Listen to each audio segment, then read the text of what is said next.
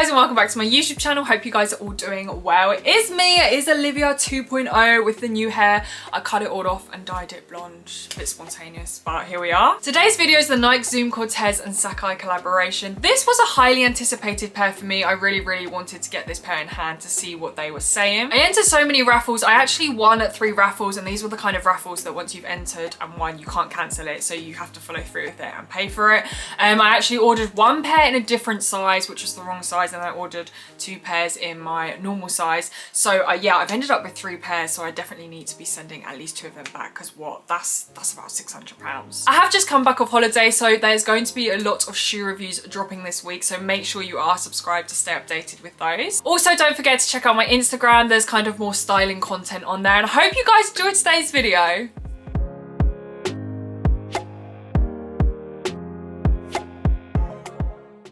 Okay, so I've gone on a little bit of a roller coaster of emotions with these shoes, but before we go into my personal opinion, we're going to start with unboxing, of course. So we have a Nike Sacai collaboration box, which we have seen many times before. Is that orange box, and it's also a pull-out box as well. And inside we have the Nike Sacai collaboration tissue paper. Unfortunately, there is no spare laces in this as well, so it literally is just the tissue paper. So here we have the Nike Zoom Cortez and Sacai collaboration. This is actually marking the 50th anniversary of the Cortez, and as you can see, we have the OG colour, so we have the white, red and blue. This colourway for me is an absolute winner. So obviously this is a Nike and Sacai collaboration, so when I say Sacai, you know, we just think of immediately double everything, and as you can see straight off the bat, that is pretty much what this is. I actually think that Nike and Sacai is probably one of my favourite collaborations. I feel like when they make a shoe, I like basically majority of their shoes.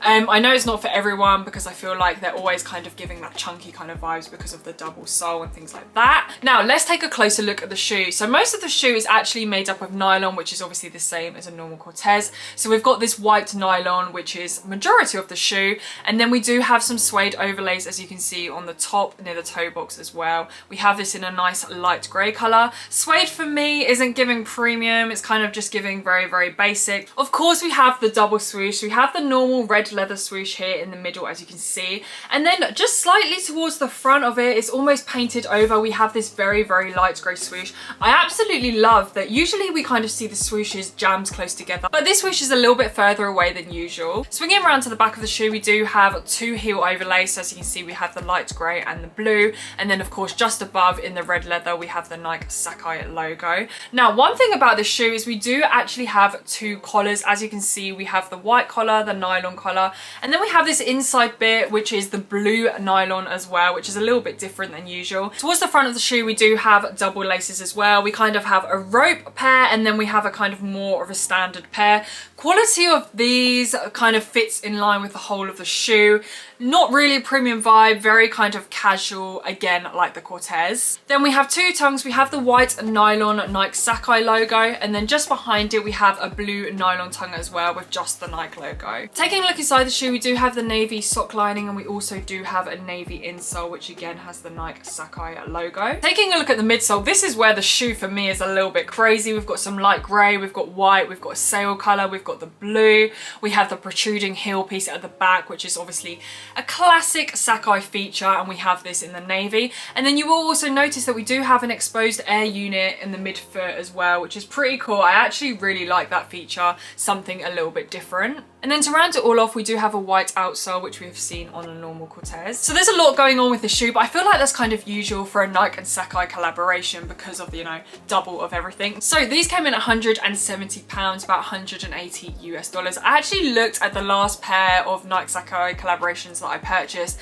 and they're about 165, I think. So I definitely think, I'm telling you, Nike are putting their prices up. Inflation is real. So they are a very expensive shoe, especially when you actually think about, you know, the kind of qualities that they're actually made up of. You know, most of it is nylon. The colorway is very simple but effective. So I feel like, you know, you will get your use out of wearing them. So if that kind of justifies the price to you, I don't know what else will. I do feel like there was a lot of hype before these came out, and then when they came out there wasn't that much hype. And I did have a look on StockX for resale prices, and the resale prices are basically, you're just paying, you know, the company's charges. They're basically retail plus the charges, which is obviously amazing if you are looking to pick these up.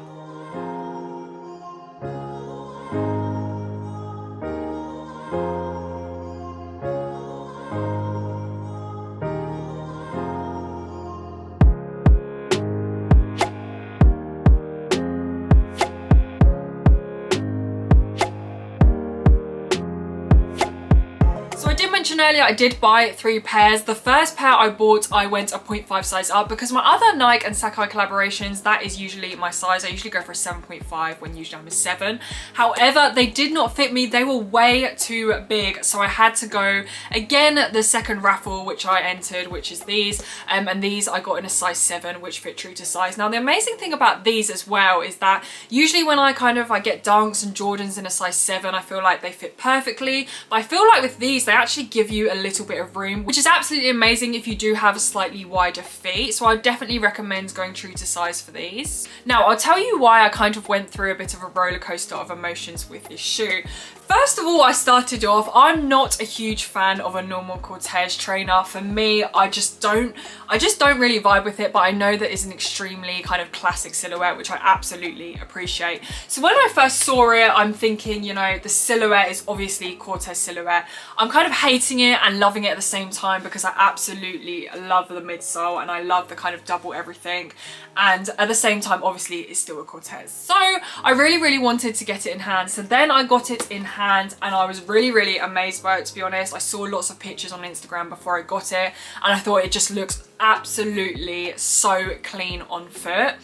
And then I kind of tried it on and then my kind of hopes and dreams were a little bit shattered because I feel like obviously it is made out of nylon, which isn't the best quality, which for me is kind of giving very cheap vibes, and this shoe is not cheap whatsoever.